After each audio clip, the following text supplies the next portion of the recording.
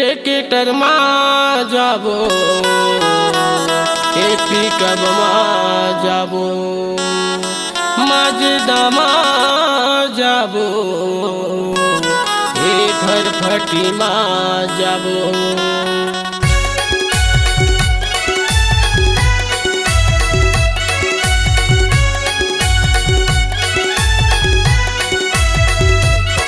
टेकेटर मा जाबो पिकअप मा जाबो मजदा मा जाबो फटफटी मा जाबो।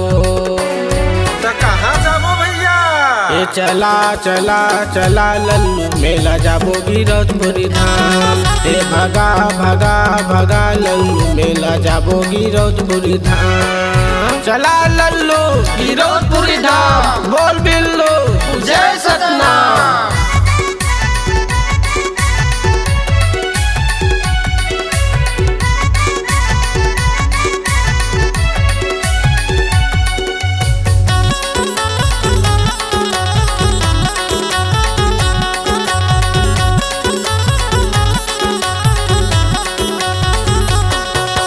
जगह जगह पंथी चौका हवै मेला देखे के जी मौका हवै। चरण अमृत कुन के हवै निशानी सुन ले गुरु कमर कहानी।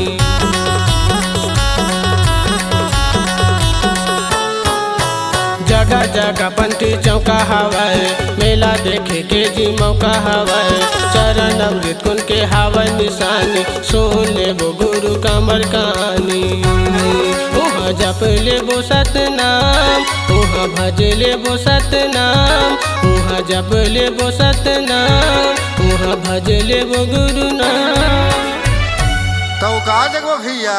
ए चला चला चला लल्लू ऊंचा देखे लेबो जैते खाम। ए भगा भगा भगा लल्लू ऊंचा देखे लेबो जैते खाम। चल लल्लू गिरौदपुरी धाम बोल बिल्लू जय सतनाम।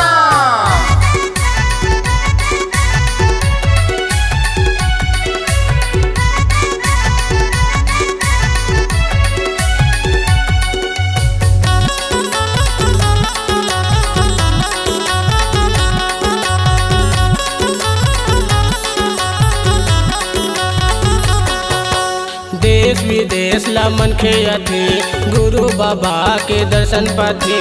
गुरु गद्दी मन नरियर चढ़ाते श्रद्धा भक्ति के दिया जलाते।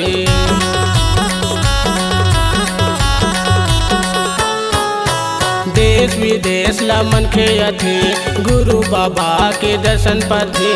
गुरु गद्दी मन नरियर चढ़ाते श्रद्धा भक्ति के दिया जलाते। उहाँ मांग लेबो वरदान मांगे पूरा होते सब काम। उहाँ मांग लेबो वरदान मांगे पूरा होते सब काम। तो कहाँ जाबो भैया? ए चला चला चला लल्लू उहाँ तर जही पापी काया। ए चला चला चला लल्लू मेला जाबो गिरौदपुरी धाम। टेकेटर मा जाबो पिकअप मा जाबो मजदा मा जाबो फटफटी मा जाबो। तो कहाँ जाबो भैया? ए चला चला चला लल्लू मेला जाबो गिरौदपुरी धाम। ए भगा भगा भगा लल्लू मेला जाबो गिरौदपुरी धाम। चन्ना जाबो चटवापुरी धाम चन्ना जाबो खड़वापुरी धाम। चन्ना जाबो भंडारपुरी धाम चन्ना जाबो तेलासी धाम।